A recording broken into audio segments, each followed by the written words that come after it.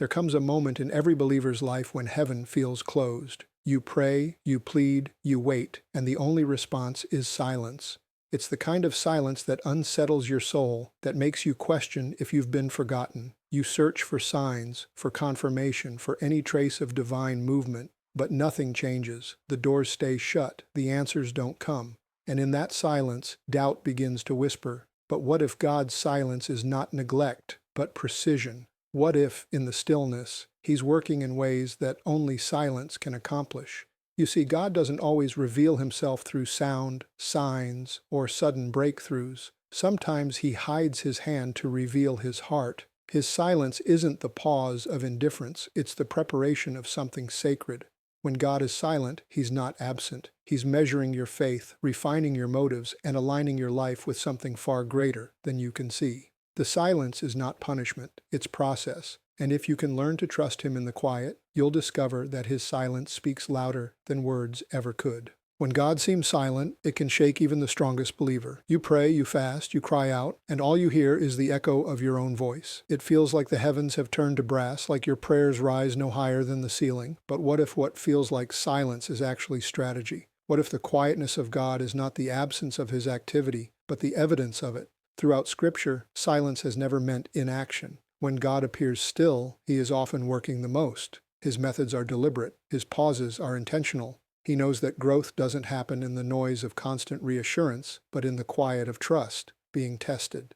Consider Joseph, thrown into a pit, sold into slavery, forgotten in prison. For years, not a single word from heaven is recorded. Yet behind that silence, God was orchestrating the elevation that would one day save nations. The very seasons that felt like abandonment were preparation. God's silence was not a sign of His distance. It was proof of His design. Joseph's faith was being forged, his character refined, his pride broken, and his discernment sharpened. When the silence finally lifted, Joseph could say, "What you meant for evil, God meant for good." That is what divine silence produces, a faith that interprets suffering through the lens of sovereignty. God's silence exposes what we really believe. When everything goes dark, when prayers seem unanswered, and the familiar sense of His presence fades, that's when the true depth of our trust is revealed. Do we believe in God's goodness only when He speaks, or do we trust His character when He doesn't? Faith is not built on constant confirmation, it's built on confidence in His nature. Silence invites us to believe that even when we can't trace His hand, we can still trust His heart. In human relationships, silence often means neglect or anger. But with God, silence is never hostility, it's holiness. It's His way of teaching us to walk by faith, not by sight. When a teacher gives an exam, she doesn't speak, not because she's abandoned her students, but because she's already given them everything they need to succeed. The test is meant to reveal mastery, not confusion. In the same way, when God is silent, it's because He has already equipped you through His Word, through past encounters, through the lessons you've already learned. Now He's watching to see what you'll do with what you already know. Silence forces maturity. It pushes us beyond emotional dependency into spiritual discernment. It's in those quiet seasons that your roots go deep. You stop relying on feelings and start anchoring in truth.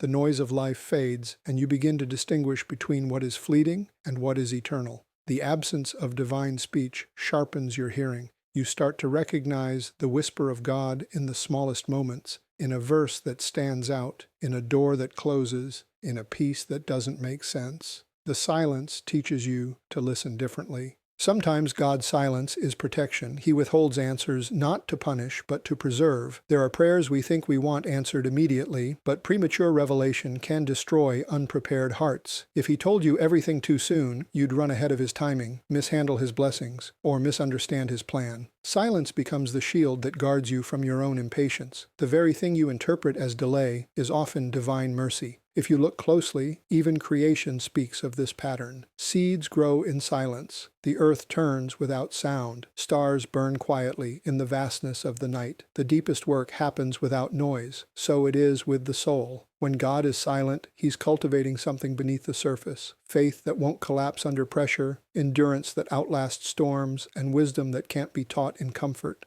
You may not feel His presence right now. You may be praying and hearing nothing but stillness.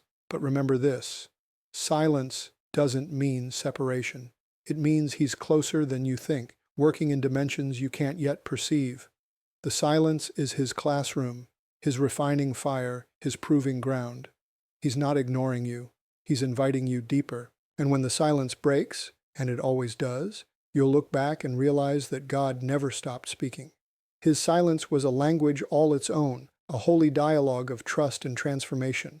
He was not absent. He was aligning, not distant, but deliberate. The stillness you once feared was the sound of heaven preparing your next chapter. When God decides to test your faith, He rarely announces it. He doesn't send you a message saying, "Get ready, this is a test." Instead, He lets the ordinary flow of life carry you into moments that expose the strength of your trust. It's in those quiet, hidden trials that faith proves its authenticity. Anyone can trust God when everything is visible, when prayers are answered quickly and blessings are flowing freely. But true faith is revealed in the silence, when heaven seems to hold its breath and you're left with nothing but the memory of His promises.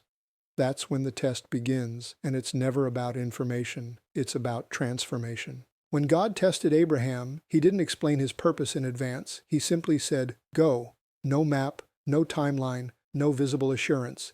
Abraham didn't know the full story, but God was measuring his obedience. The silence of explanation was part of the test. He was asking Abraham to trust His character, not his clarity. And that's exactly what God does with us. He doesn't give all the details because the test of faith isn't passed by understanding. It's passed by obedience in the dark. You don't have to know what He's doing. You just have to know who He is. In these unannounced tests, God watches how we respond when we feel unseen. He observes the posture of our hearts when the outcome is uncertain. The silence stretches us, shaping our patience and revealing the motives behind our prayers. When He delays, do we still worship? When nothing changes, do we still obey? These are not small questions. They're the essence of faith itself. Every believer will face moments when God's voice seems to vanish, and in those moments, the silence becomes sacred. It becomes the testing ground of endurance. God doesn't test us to find out what we'll do. He already knows. The testing is for us, to reveal the truth about what we really believe. It's easy to say God is faithful when life is smooth, but it's in the desert that those words gain weight. When the manna doesn't fall as quickly as you expected, when prayers echo unanswered, when life feels suspended between promise and fulfillment, that's where faith matures. That's where you learn to walk by conviction instead of comfort. The test is not about breaking you, it's about building you. During the test, heaven may seem silent, but that silence is not neglect. It's calibration. God is aligning your perspective with His purpose. He's adjusting your heart so you can handle what's ahead. Tests are not meant to destroy, they are meant to define. And in every test, obedience is the answer key. The outcome is not measured by how you feel, but by whether you remain faithful. Job didn't hear an explanation for his suffering for a long time, yet his perseverance through silence became the very thing that drew heaven's attention. God's silence in Job's life wasn't a void, it was a stage for the revelation of steadfast faith. There's a mystery in the way God hides Himself in the testing. He removes the emotional assurance of His presence so that you learn to rely on the certainty of His truth. It's like walking through a dark tunnel. You can't see the light, but if you keep moving forward, it eventually reappears. Faith is not built in the light of revelation. It's forged in the shadows of silence. The test teaches you to trust without conditions, to believe without visible proof, and to love God not for His gifts, but for His nature. Sometimes the silence is prolonged. Days turn into months, and months into years. It feels like your prayers are collecting dust in heaven. Yet during those stretches of waiting, God is doing His deepest work. He's refining your discernment, teaching you to separate emotion from truth, impulse from wisdom, and desire from destiny. The delay is not denial, it's development. He's preparing you to carry what you've been praying for without it crushing you. The test of faith without announcement is one of the purest demonstrations of divine love. It may not feel like love in the moment, but it is. Because a love that always removes the struggle would produce spiritual weakness. God loves you too much to let your faith stay shallow. His silence, His hiddenness, His unannounced tests, they are all part of His divine craftsmanship, shaping a heart that can trust even when it cannot trace.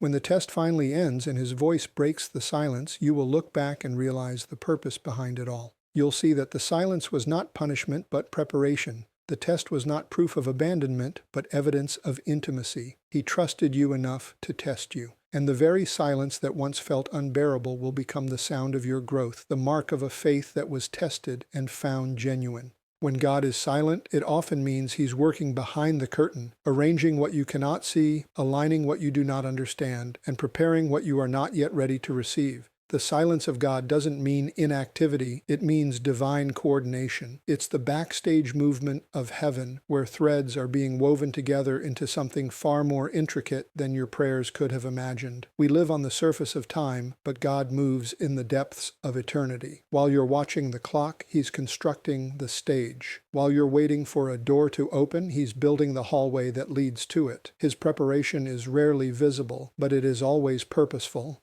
In Scripture, some of God's greatest moves came after long seasons of silence. Between the Old and New Testaments, heaven was silent for 400 years. No prophet, no vision, no audible word. Yet that was the time God used to align kingdoms, languages, and roads, so that when Christ came, the message could travel across the world. The silence was not a void, it was divine groundwork. The same is true for us. When we cannot hear Him, He is not idle. He is preparing alignment, both in our hearts and in our circumstances, for the perfect fulfillment of His plan. Think of David. After being anointed as king, he didn't immediately ascend the throne. Instead, he spent years in caves, hiding from Saul, feeling forgotten. There were no divine visions, no visible breakthroughs, just the sound of his own prayers bouncing off the stone walls. But during that time, God was preparing him. The cave became the classroom. The solitude was not rejection, it was refinement. By the time David finally wore the crown, his heart had been forged by the fire of obscurity. The silence was shaping him for stewardship. That's how God works. He lets silence develop the inner strength to sustain the blessings that are still on their way. We often pray for answers, but God often answers with preparation. We want a finished picture, but He gives us pieces. The waiting tests our patience, but more importantly, it teaches us perspective. What we interpret as delay is often the interval where God aligns timing, people, and situations to intersect at the right moment. You may feel like nothing is moving, but what if everything is? What if, while you're asking, "When, Lord?" heaven is responding, "When it's ready"? Preparation takes time, and divine timing is never rushed.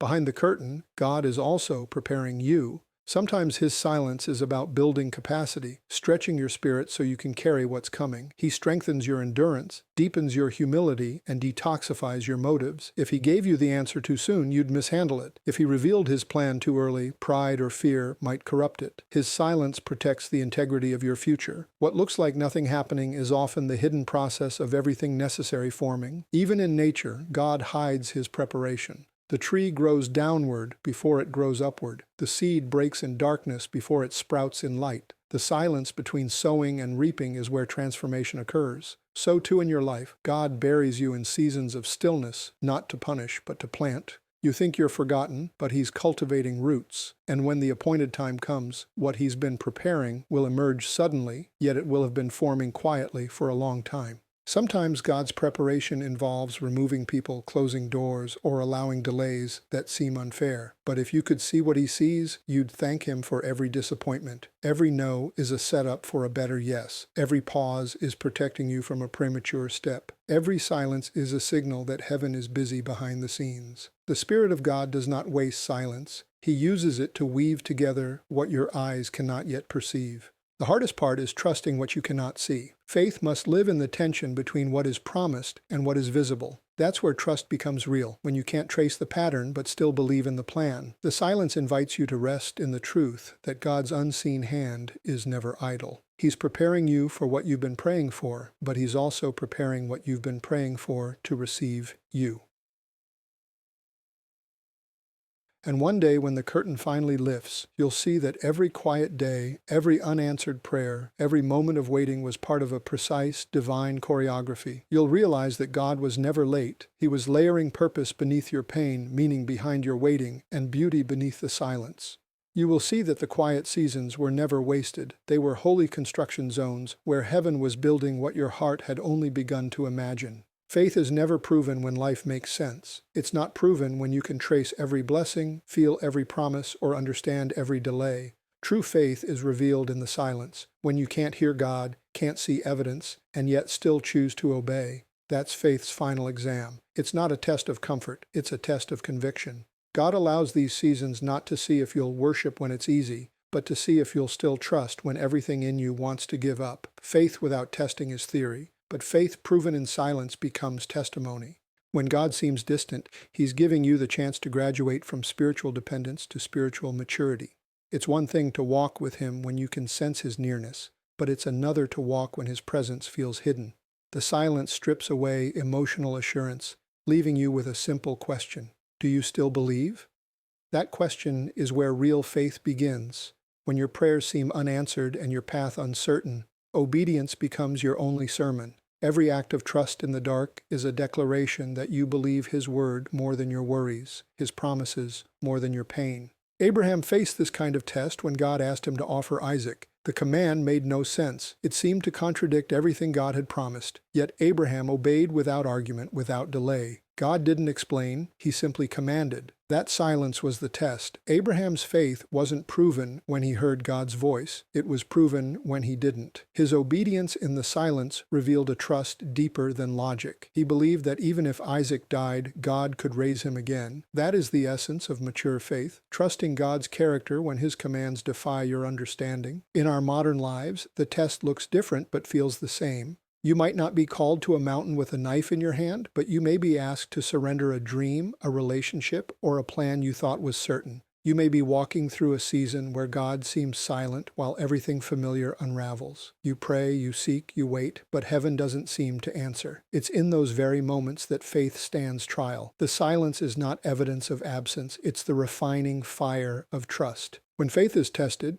your emotions will fight back. Fear will argue, doubt will whisper, and impatience will tempt you to act on your own. The temptation in silence is always self-reliance. It's what led Abraham, years earlier, to father Ishmael, a decision born from impatience rather than trust. God had promised a son, but the silence felt too long. Yet every shortcut in the silence carries consequences. Faith waits when flesh rushes. True faith says, I don't see it, I don't feel it, but I will still follow. And in that quiet obedience, God does His deepest work. Faith's final exam is not about emotion, it's about endurance. It's the ability to keep walking when the path is unclear, to keep believing when results are invisible, and to keep worshiping when you feel nothing at all. The silence trains your spirit to rely not on inspiration, but on revelation. Inspiration fades with feelings, but revelation stands on truth. And when faith learns to anchor in truth, it becomes unshakable. That's why God allows the silence. It strengthens what sound alone could never sustain. Sometimes you won't know you've passed the test until it's over. Only after the silence breaks do you realize how much your faith has grown. You see that you no longer need constant signs to believe. The word has become enough. You realize that you no longer panic when heaven is quiet. You've learned that silence often means strategy. And you recognize that the stillness that once frightened you now comforts you, because you've learned that silence is where trust matures. Every believer must face this final exam of faith. It's the point where everything you've learned about God is tested against everything you feel about your circumstances. The test is not meant to expose your weakness, but to reveal His strength working in you. It's not meant to make you fail, it's meant to make you stand. When you keep obeying without visible assurance, heaven takes notice.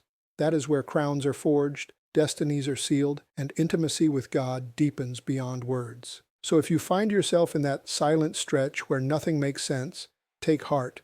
You're sitting in the classroom of faith. You're not being punished. You're being proven. And when the silence ends, you will emerge with a faith that no storm can shake. You will know, not just believe, that God's silence was never distance. It was the sound of heaven waiting to see if you would trust without sight.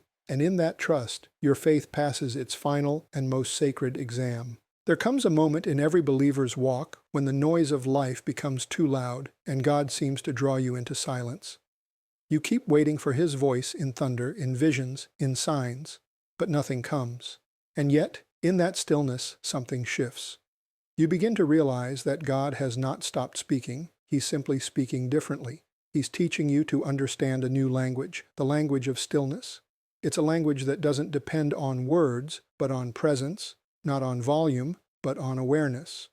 You start to learn that God's most powerful messages often come without sound, in the quiet conviction of the heart, in the peace that doesn't make sense, in the direction that rises from deep within your spirit. We live in a world that equates noise with importance. We crave stimulation, activity, confirmation, but God's ways are not like ours. He does not compete with chaos. He waits for it to settle. The Spirit of God is gentle. He doesn't shout to be heard. He whispers to be obeyed. That's why Scripture says, "Be still and know that I am God." Knowing often comes only after stillness. When God is silent, He's inviting you to tune your ears to a higher frequency, to move from the noise of the world to the quiet of His presence. Elijah learned this truth on Mount Horeb. He was weary, disillusioned, and desperate for God's voice. A mighty wind tore through the mountains, but God wasn't in the wind. An earthquake followed, but God wasn't in the earthquake. Then came a fire, but God wasn't there either. Finally, there was a still small voice, and in that whisper, Elijah recognized Him. That's how God often speaks, not through drama, not through spectacle, but through quiet, steady presence. His silence is not absence. It's the space where His whisper can finally be heard. When God teaches you to listen in silence, He's retraining your spiritual senses. At first, the quiet feels uncomfortable. You search for signs, you wonder if something's wrong, but gradually, your heart adjusts. You begin to sense peace where before you needed answers. You find guidance not through visions but through inner conviction. You stop depending on external validation and start discerning through the Spirit. This is how God matures His children.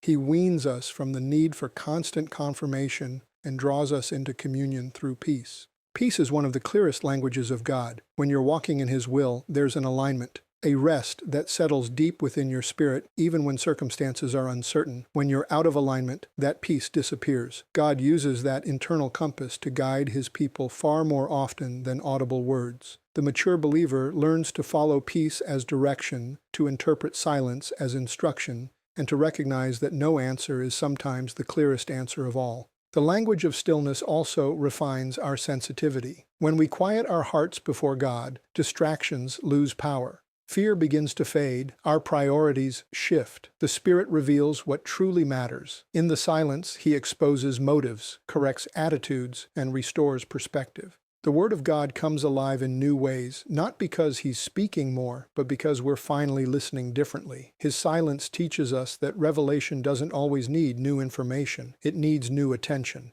Many people think that if God isn't speaking, they must be doing something wrong, but that's not always true. Sometimes silence is a sign of trust. A parent doesn't always hover over a child learning to walk. There comes a point when the child must take steps without hearing the parent's voice at every moment. The silence isn't abandonment, it's confidence. God's quietness is His way of saying, "You've learned enough to walk this one out with me." And as you walk, you discover that the same presence that once spoke loudly now walks silently beside you. There is beauty in the language of stillness. It teaches you to recognize God in subtleties, in timing, in doors that close gently, in opportunities that unfold naturally, in people sent at just the right moment. You start to notice that He's speaking through creation, through Scripture, through conscience, through peace. The silence becomes sacred because it's no longer empty. It's full of hidden communication. Learning to hear God in silence transforms your relationship with Him. You no longer chase His voice, you rest in His presence. You no longer beg for signs, you live from assurance. And that assurance doesn't come from what you hear, but from what you know, that He is there even when He says nothing. In that quiet communion, your faith matures, your heart steadies, and your spirit begins to move in rhythm with His. So, when the noise of the world fades and heaven seems still, don't assume you've been forgotten. You're simply being invited into a deeper conversation, the kind that doesn't need words, because sometimes God's loudest message is peace. Sometimes His clearest direction is silence. And when you learn to understand that language, you'll realize He's been speaking all along. There are moments when God's silence feels unbearable. You pray, you wait, you fast, and it seems heaven has sealed its doors. In those times, it's tempting to assume that something has gone wrong, that maybe God has turned away or lost interest in your struggle. But often, silence is not rejection, it's protection. God's withholding is just as intentional as His giving. When He doesn't answer, when He doesn't reveal, when He doesn't move in the way you expect, it's not because He's forgotten, it's because He knows that premature revelation can become destruction. His silence is a shield, guarding you from timing you're not ready for and truth you can't yet carry. God knows what knowledge would overwhelm you. He knows what blessings would crush you if they arrived too soon. He knows what relationships, opportunities, or responsibilities would pull your heart away from Him if given without preparation. So He stays silent, not to frustrate you, but to form you. He withholds to protect you from the consequences of receiving too much too soon. Silence is His mercy in disguise. It's His way of saying, "Trust me, you don't see what I see." Consider the Israelites in the wilderness. They cried out for the promised land, but God didn't take them there immediately. He led them through years of wandering instead. Why? Because Egypt had left its mark on them. They were free physically, but not spiritually. If they had entered the promise too early, they would have corrupted it with the mentality of bondage. So God kept them in the desert until slavery was no longer in their hearts. His silence during their complaints wasn't cruelty. It was protection. He was waiting until they could inherit the promise without losing themselves in it. The same principle works in our lives. God may be silent because He's keeping you from walking into a situation that would wound you. He may be withholding an answer because the revelation you're asking for would demand responsibility you're not yet equipped to handle. He may be closing a door you desperately want open because behind it lies temptation, distraction, or heartbreak. Sometimes the unanswered prayer is not punishment, it's protection from your own impatience. We often think of silence as absence, but silence is often a defense. God's restraint is an act of love. There are seasons where He hides His plans to protect the purity of your faith. If He told you everything, you'd stop walking by faith and start walking by sight. You'd rely on knowledge instead of trust. But faith grows in uncertainty. Trust deepens when there's no explanation to cling to. His silence keeps your heart tethered to His character rather than your understanding. It forces you to lean on who He is, not on what you know. Job experienced this reality firsthand. God allowed him to face unimaginable loss without any explanation. For a long time, heaven was silent. Job's friends offered their opinions, but no divine voice broke through. That silence was not neglect. It was preparation for revelation. When God finally spoke, it wasn't to justify His actions, but to expand Job's perspective. Job realized that God's ways were higher, His wisdom infinite, and His timing perfect. The silence that once tormented him became the soil where humility and awe were born. God's protection was hidden within the quiet. Silence also protects you from external influence. When God hides His voice, He's shielding His plans from the reach of your enemies. The enemy cannot attack what he cannot anticipate. Sometimes God conceals direction to keep you safe from sabotage. You may not understand why doors close, why people leave, or why plans fall apart, but later you'll see that those were not random events. They were divine redirections meant to preserve what mattered most. The silence is a wall around your destiny, a barrier against unseen opposition.